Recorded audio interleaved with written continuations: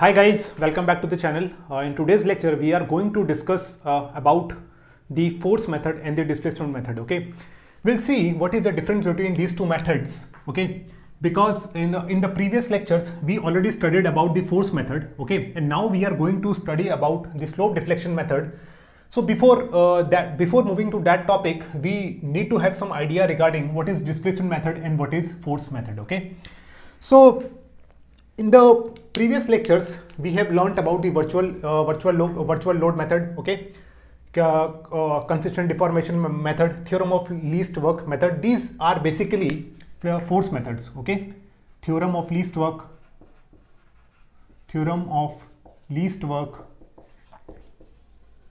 right, and consistent deformation,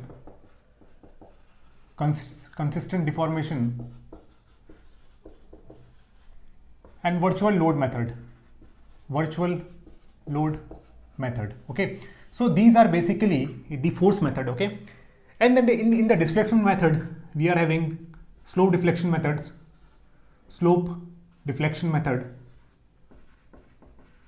okay, moment distribution,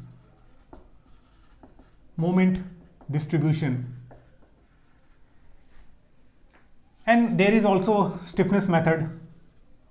Okay, stiffness method. Here is flexibility method. Okay, so these are basically the important methods which we will learn. Okay, these things we have already covered. Only this flexibility method is remaining, right? So basically, what is the actual difference between these two things, right? So in force method, what we studied. Let us suppose we are having one indeterminate beam. Okay, this is the propped cantilever, simple indeterminate beam which is propped at this end.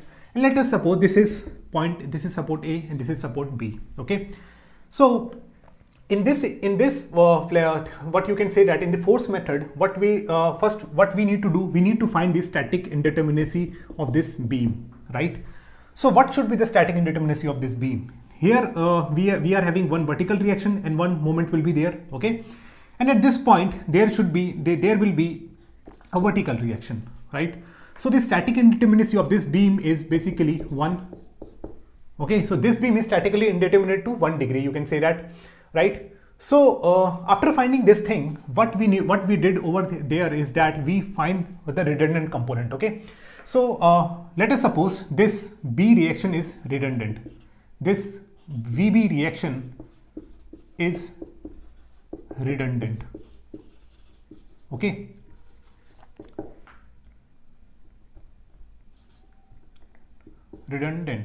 right? And we have selected the redundant should be selected in this way, is that this beam after removing the redundant, the beam should be what you can say is stable. Okay, so we have removed this redundant. Okay, so I can divide this beam into two parts.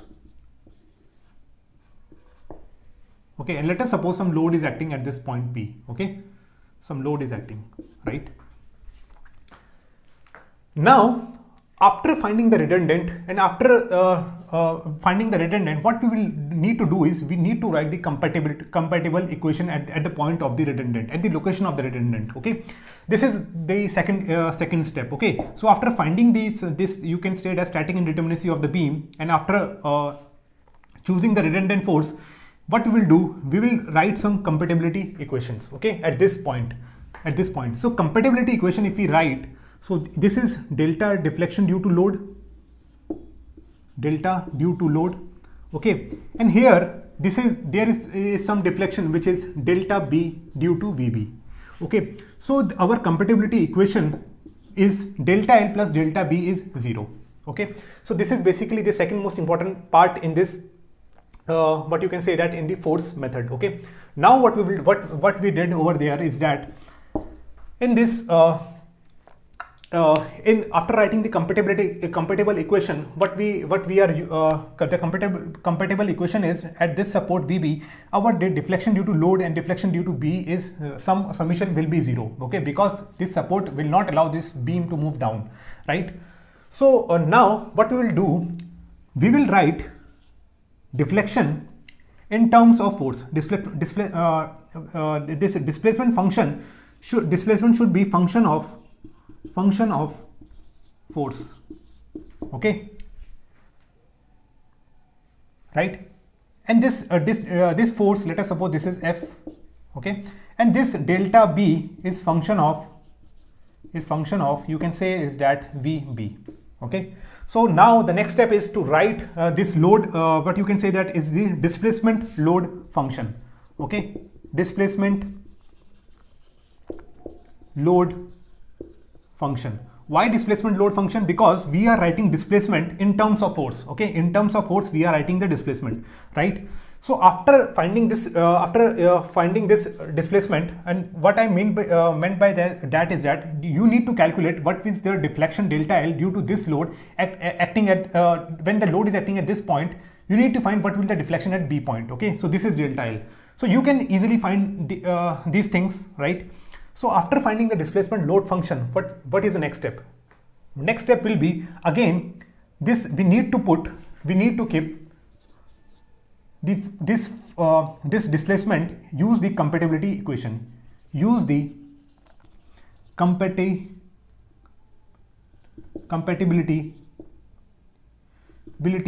equation. Okay. After writing this displacement load function, we need to use this compatibility equation. Okay. So after putting this in this compatibility equation, what we will get the value of this VB force. Okay. So, and after finding the VB force, over here, we can use next step in concept of static equilibrium equations. We can use equilibrium equation. Okay, equilibrium equation to find the reaction at this support. Okay, equilibrium equation like summation Fy0 and summation Mz0. So by using this equation, we can find VA and MA. Okay, so this is the basic concept about the force. What you can say that is flexibility method, right? Not flexibility, basically the force method. Okay, these the things we already learned in the previous lectures. Okay, if you have any doubt, you can watch those previous lecture. Okay, so this is the rough basic idea of how we use the force method. Okay, now let us come to the displacement method. Okay, so displacement method, right? So in displacement method, let us suppose again,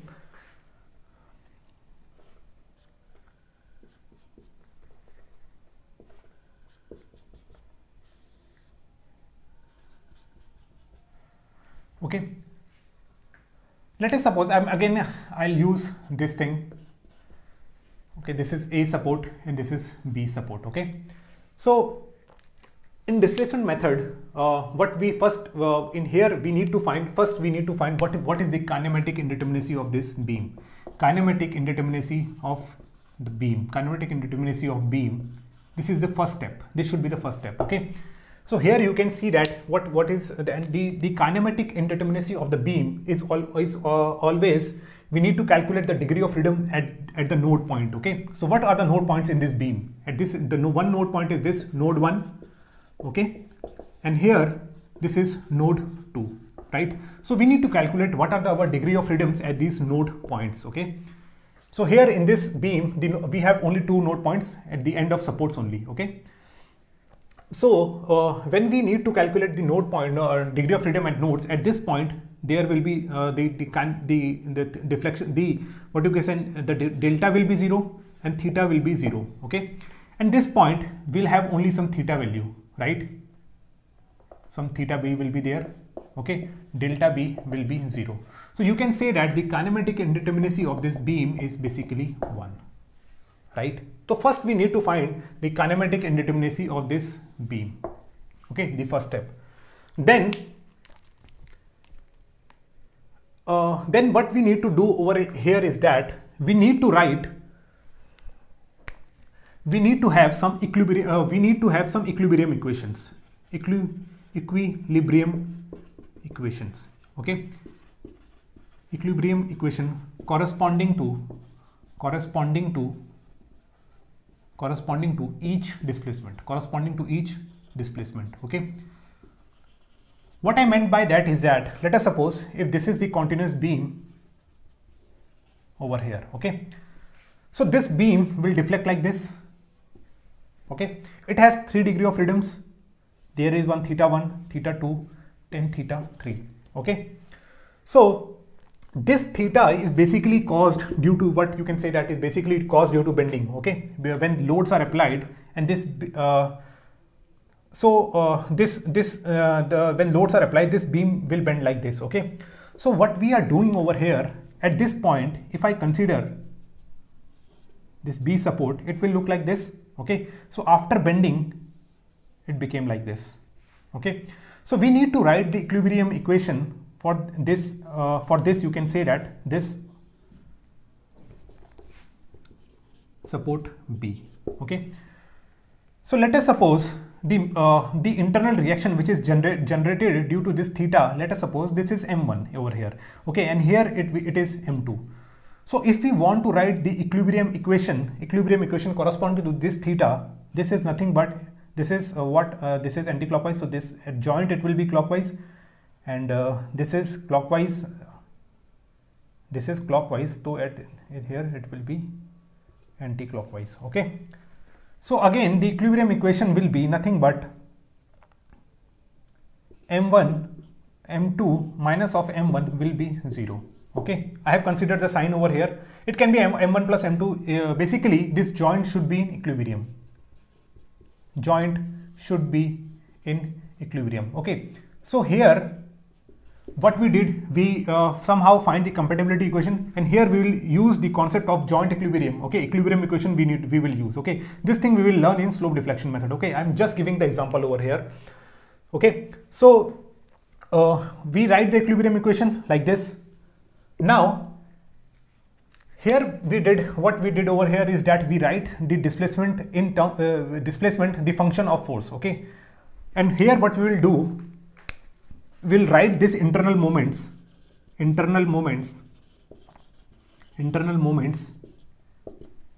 okay, function of displacements. Okay, theta b, delta b, theta b, etc. Okay, so here what you can say that force is a function of displacement. Okay, force is basically the function of displacement, right? So force is function of this delta b and theta b, and this force is nothing but these are basically our internal reactions. Okay, so this is the third point. So what we did, we need to write force displacement functions. So in the third step, here we write displacement load function, but here we'll have some force displacement function because we are representing force in terms of displacement. Okay, so this thing is done, and now after finding this function, in the fourth step we will put this value in this, put the force function in equilibrium equation, right? We will put this force function in this equilibrium equation, which is M2 minus M1 is equals to 0, right? So after solving this, what we will get? We will get theta value. Okay, we will get displacements. Okay, what you can say, right? We'll get displacement value. Okay, now after finding the displacement, we can, with the help of this load function, I can find this, what you can say that internal reactions also. Okay, so in next step, find internal reaction. Okay, how we'll find the internal reaction? What we will do, after putting this value in this equilibrium equation, we'll get the value of this theta, delta b, etc. Okay, this theta b will be getting. Okay, and again after getting the value of theta b, we'll put that theta b value into this what you can say that the force displacement function. Okay, and from there we will get the force, this internal reactions value. Okay, and after getting this value, internal reaction, we can easily find the reaction at support. Okay, we can draw SFD, BMD and those things. Okay, so this is the basic idea how the displacement method is force method. Displacement method is different from this force method. Okay, here we will find the static indeterminacy, and here we will find the kinematic indeterminacy of the beam, right? So let us continue this. Let us continue this topic, and we'll move little bit forward.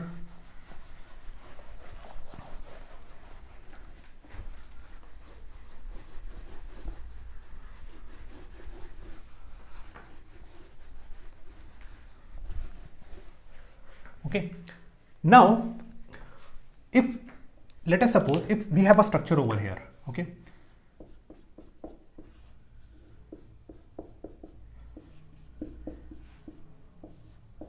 if this is a structure, right, and this joint is basically rigid joint. Okay, now you can see that, and we are neglecting the axial deformation in the beam. So now you can see that at this point we'll have two reactions component. Okay, one in this direction and one is moment. Here also one force, one moment. Here also one force, one moment, and here also one force, one moment, right? So total reaction at the supports, total reaction at supports are what? 8. Okay, and equilibrium equation available is 2. So 8 minus 2 will be 6. So static indeterminacy of this beam is 6. So degree of redundancy is 6 basically. Okay, so we need to choose 6 redundant forces over here. Okay, and let us suppose some load is applied over here. Okay, now if we again look this frame structure. Okay, and if we apply the displacement what you can say displacement method, here you can see that we'll have only one unknown over here. That is theta. Let us suppose this is D point. Theta D is the only unknown. Okay. So if you have any choice to solve this problem, you will always use this method. Okay. If you try to solve this problem by this force method, then it will be very, very difficult, right? So what happens is that if you have the programming, you can say that if you want to write the program for solving these type of structure, you will use the concept of basically displacement method. Okay, now this thing is done. One more thing we can interpret from this thing is that you can say here is that static indeterminacy is basically 6 and kinematic indeterminacy is 1. So we can use slope deflection method there, where when kinematic indeterminacy is less than static indeterminacy. So slope deflection, not displacement method will be used when static indeterminacy is greater than kinematic indeterminacy, right? Or you can say, in other words, you can say that if you have a, let us suppose this continuous beam. Okay, so here the static indeterminacy is basically 1 and kinematic indeterminacy is 3. So here I will use the force method, okay, because it is easy to solve, right? So force method is we can use over there, where we'll have the static indeterminacy is less or kinematic indeterminacy is more. Okay, so all the computer programs are based on basically these methods only, displacement method, right? So this is the basic difference between the displacement method and the force method. Okay, so we'll in the next lecture we'll learn about the slope deflection method, which is basically a displacement method. Okay, so before starting that thing, I want to discuss a little bit about what is the difference between the displacement method and the force method. Okay, guys, so if you have any doubt regarding this, you can write in the comment section. Okay, so thank you very much.